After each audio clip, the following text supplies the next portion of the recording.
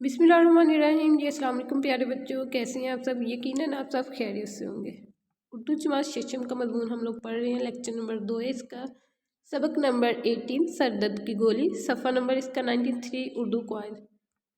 सबसे पहले आप लोग अपनी बुक्स ओपन कर लीजिए। जी बुक्स ओपन किए आप लोगों ने।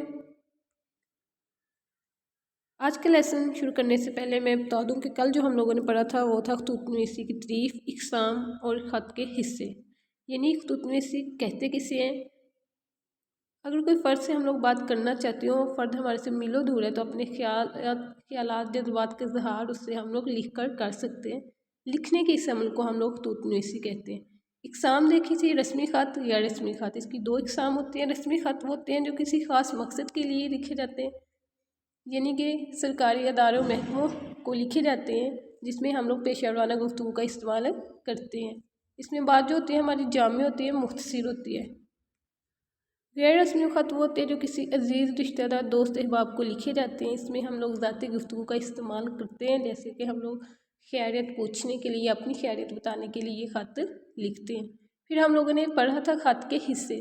ख़त के 6 हिस्से, बुनियादी 6 हिस्से होते हैं, यानी कि सबसे पहले मुकामी रवानगी और तारीख़, अलक़ाब व आदाब, ख़त का मजमून, इख्तितामी मकतूब, मकतूब निगार का नाम, मकतूब लाया का पता। ख़त के असूल पढ़ने के से पहले हम लोग या उसका नमूना देखने से पहले देख लेते हैं कि ख़त की तारीफ़ बाकायदा देख लेते हैं। ख़त की तारीफ़ होती है।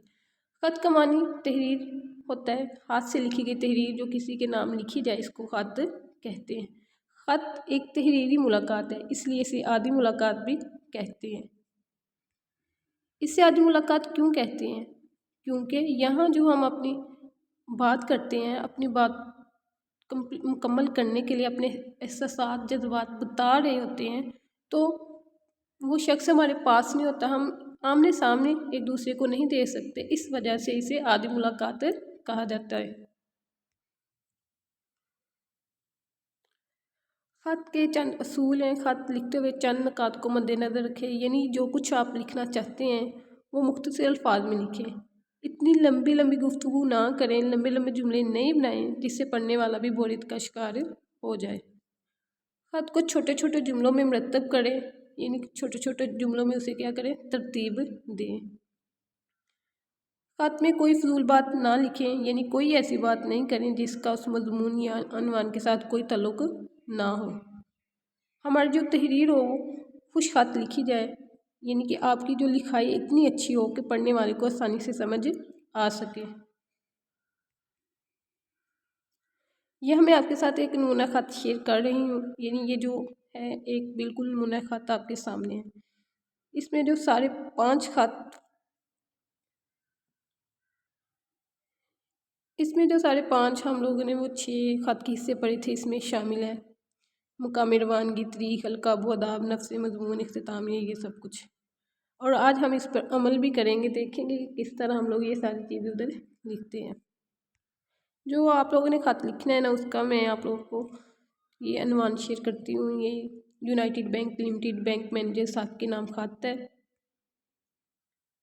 इसमें किताब के हवाले से अगर देखा जाए तो ये सवाल नंबर 3 है हमारा। सबसे पहले हम लोग अपना अनुमान लिखेंगे, सवाल नंबर 3 सेंटर में लिखेंगे, इसके नीचे सेंटर में हम लोग लिखेंगे यूनाइटेड बैंक लिमिटेड मैनेजर साहब के नाम ख़त, अपना अनुमान बताएंगे।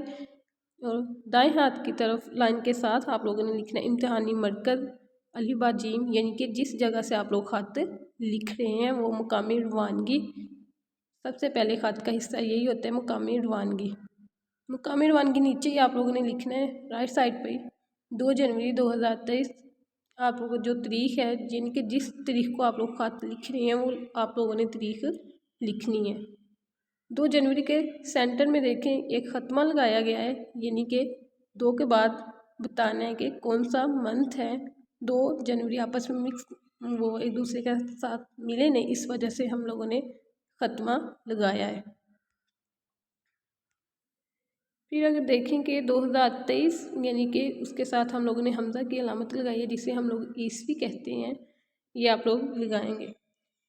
फिर उससे थोड़ी सी आगे हम लोगों ने नीचे वाली लाइन पे लिखा है मोहतरम बैंक मैनेजर साहिब, और आगे दाया की अलामत, यानी इसमें हम लोगों ने अलकाब इस्तेमाल किया है मोहतरम। अब आपसे छोटे तो नहीं ना जो आप लोगों ने कहना कि मैनेजर हम लोगों ने